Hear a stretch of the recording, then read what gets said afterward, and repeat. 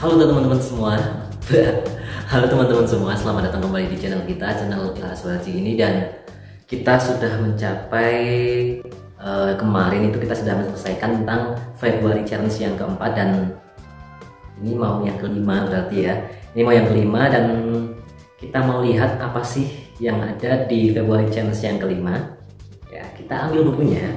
Dan ini buku planner ya, buku planner tahun 2021. Jadi teman-teman, aku rekomendasikan banget nih untuk punya yang namanya buku planner kayak gini, agar agenda-agenda kita itu bisa lebih tertata gitu, dan juga bisa lebih termanage, baik itu waktu, baik itu pengingatnya, remindernya, supaya kita itu nggak terlalu gelambiar gitu loh. Nah, ini penting untuk catatan, ada Februari, ada tanggalnya, ada kemudian agendanya dan sebagainya. Di sini juga banyak nih, kalian bisa dapatkan di toko-toko online ya, kayak kalau aku belinya di mana ya, di Shopee. Nah, kalian juga bisa cari di situ, banyak banget planner 2021, buku planner gitu aja kalian udah nanti akan ketemu. Oke, di buku ini seperti yang kemarin telah kita sajikan, bahwa di February Challenge yang kelima ini kita ada yang namanya membuat konten dari istilah YouTube selama ini tema pembahasan serupa.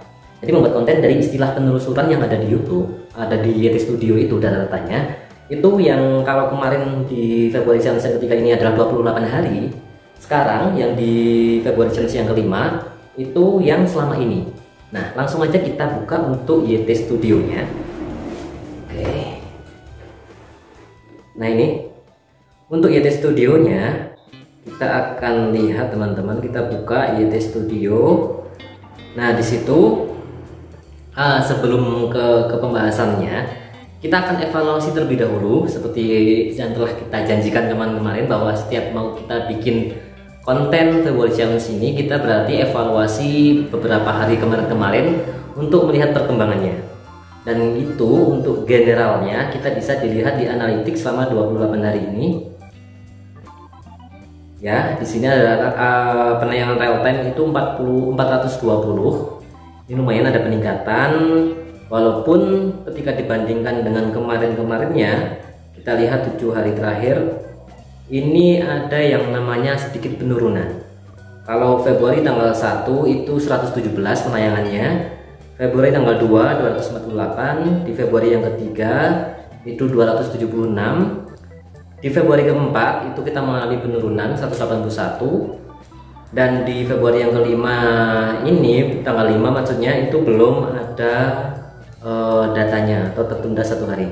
Tetapi di sini ada progres yang terlihat nyata dari kita, bahwa di sini di 7 hari terakhir itu kita mendapatkan kenaikan, yang mana kenaikan itu adalah 78% bertambah daripada seminggu yang kemarin dibandingkan dengan seminggu sebelumnya.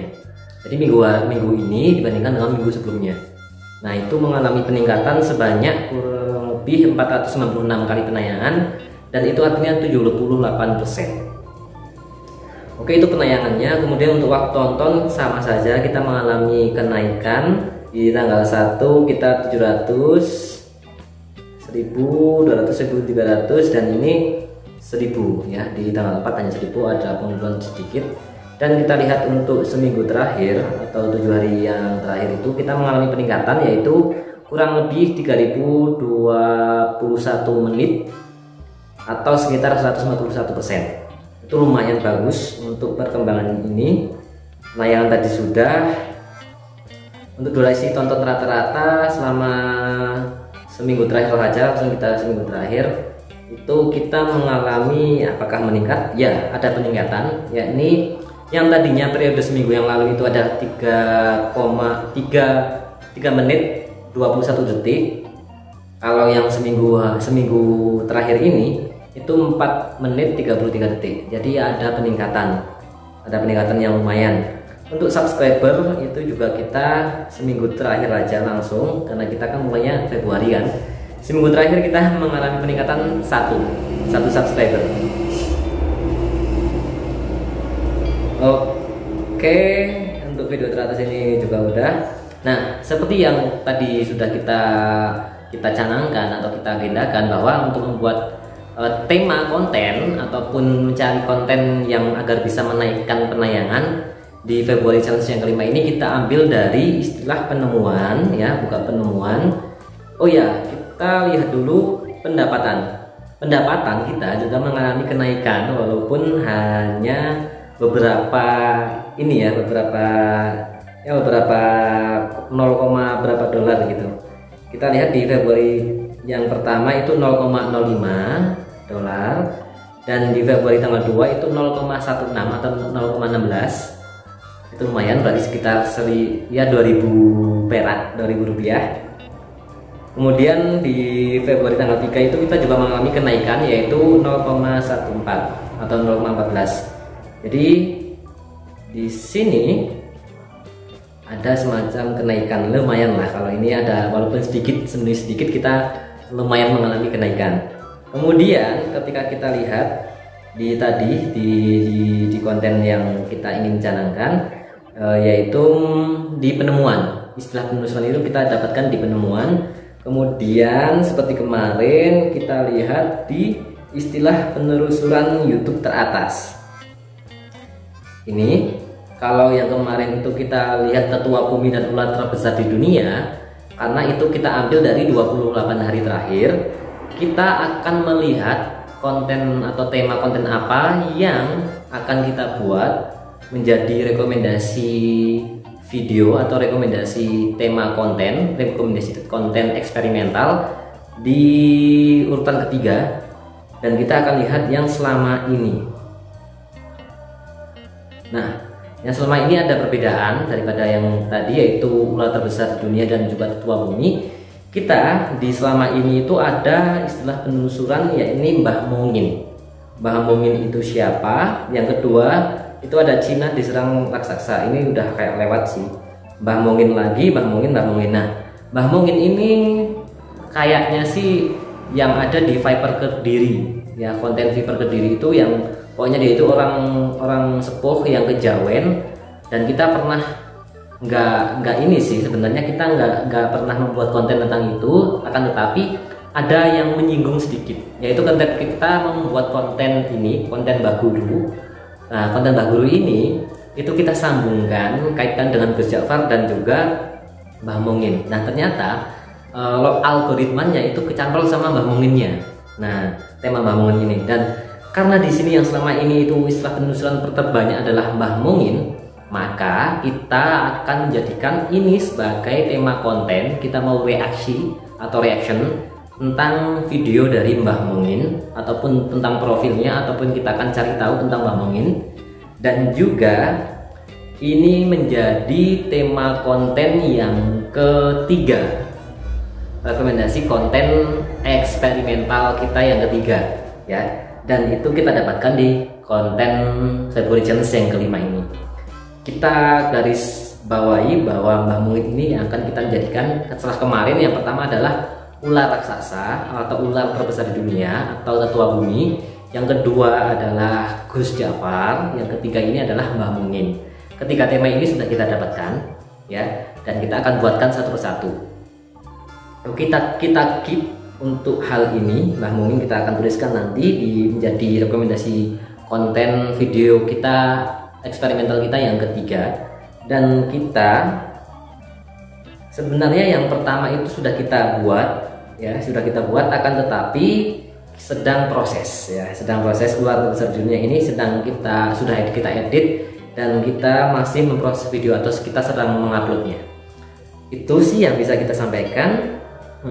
Jadi selalu berusaha saja, karena di sini ternyata video yang ini performa video terbaru, yaitu 10 jam terakhir itu 10 jam pertama itu kita mendapatkan urutan yang kedua, 25 kali penayangan, yaitu di Februari Challenge yang keempat. Ya, begini cara mencari ide konten agar penayangan naik. Ini mendapatkan urutan kedua ya, dibandingkan dengan 10 video terakhir yang kita upload. Ini 10 video terakhir yang kita upload, dan kita mendapatkan urutan yang kedua, ini video terbarunya. Dan di urutan kedua yaitu mempunyai 25 kali penayangan. Kemudian kita lihat di video challenge kita, yang empat-empatnya itu akan kita lihat di sini. Nah, video yang pertama, video challenge yang pertama itu kita sudah mendapatkan 49 kali tontonan atau penayangan ya, 49 kali penayangan, ada 9 komentar dan 9 like. Terima kasih teman-teman, dan kita belum membalas komentar-komentarnya. Nah, mungkin akan lebih baik juga apabila kita itu bisa membalas komentar-komentar yang ada di sini ya, karena apa, nantinya apakah itu akan menaikkan penayangan atau tidak, tapi akan lebih aktif lagi jika kita membalas komentar-komentar tersebut. Dan yang kedua, Februari Challenge yang kedua itu kita mendapatkan, sudah 2 hari yang lalu kita mendapatkan 36 kali penayangan. Durasi tonton rata-ratanya ini lumayan bagus, 10 menit 55 detik, ada 6 komentar dan juga 7 like. Nah, nanti kita juga akan balas komentar-komentar dari mereka. Untuk Februari Challenge yang ketiga ya, yang ketiga ini kita mendapatkan 1 hari 19 jam pertama, kita mendapatkan urutan ke-7 dari 10 video terakhir yang diupload di sini. Itu mendapatkan urutan ke-7 di mana kita mendapatkan 28 kali penayangan. Durasi tonton rata-rata 7 menit, 06 ya, 7 menit 6 detik. Ini lumayan juga, waktu tontonnya 199 kali, ada 7 komentar dan 8 like. Nah, ini lumayan ada peningkatan nih di sini di Februari Challenge yang keempat. Itu kita mendapatkan 25 kali penayangan padahal baru 10 jam. Ya, untuk urusan konten ini kita lumayan, tapi jika dibandingkan dengan konten-konten yang lain di channel lain ya jelas kita kalah ya, tapi nggak masalah, kita mau menaikkan, kan ini namanya progres itu ada proses kan, proses tahap demi tahap kita lalui, yang penting ada kenaikan, ada kaizen ya. Kita prinsipnya kaizen, mulai sekarang harus lebih baik daripada kemarin dan esok harus lebih baik daripada hari ini. Oke, kita udah 25 kali penayangan untuk Februari Challenge yang keempat. Ada durasi tonton rata-ratanya 8 menit 54 detik dan waktu tontonnya 223. Ini lebih bagus daripada yang Februari Challenge yang ketiga ternyata. Dan ada 6 komentar, 8 like. Lumayan. Oke, mungkin itu ya yang bisa kita laporkan untuk hari ini. Dan nanti ketika kita sudah mengupload atau merilis konten yang ulah terbesar di dunia ini, aku yakin sih ini ada kayak penayangan yang lebih pesat gitu, dan semoga aja bisa benar terjadi, dimana nanti akan kita laporkan langsung atau akan kita evaluasi langsung. Kalau misalkan belum naik, berarti kemungkinan besar ada yang kurang teliti kita dan akan kita perbaiki lagi ya. Mungkin itu saja yang bisa kita sampaikan teman-teman. Terima kasih atas perhatian dari kalian, dan besok-besoknya kita juga akan melihat nggak hanya di YT Studio, tapi kita akan mencari di luar YT Studio, yaitu analisa mungkin dari Google Trends atau dari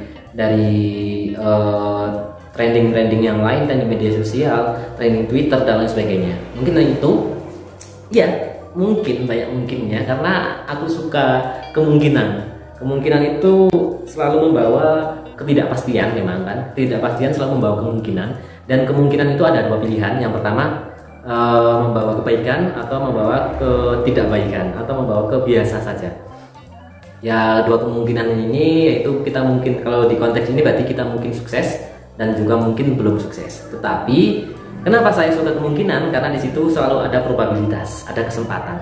Nah, nanti orang yang beruntung adalah orang yang mampu menyiapkan diri ketika kesempatan datang, dan dia bisa bersiap dirinya, memantaskan diri untuk mendapatkan kesempatan itu. Akhirnya dia mendapatkan keberuntungan, karena keberuntungan adalah bertemunya antara kesempatan dan kesiapan. Kita sudah menyiapkan diri terlebih dahulu, dan besok ketika ada kesempatan untuk naik, berarti kita sudah siap dan kita akan menjadi orang yang beruntung. Terima kasih teman-teman. Kok jadi kayak penuh dengan pesan moral ya. Jiwa-jiwa motivatornya tumbuh lagi ternyata. Oke, terima kasih, thank you teman-teman. Kalau ada masukan apa-apa silahkan kalian komentarkan di bawah. Dan minta maaf apabila banyak kesalahan. Kayaknya sih untuk minta maaf ya nanti aja, nggak apa-apa ya. Intinya aku lebih banyak terima kasih pada minta maaf kepada kalian, karena memang kalian sudah banyak mensupport aku, dan bagus lah. Thank you.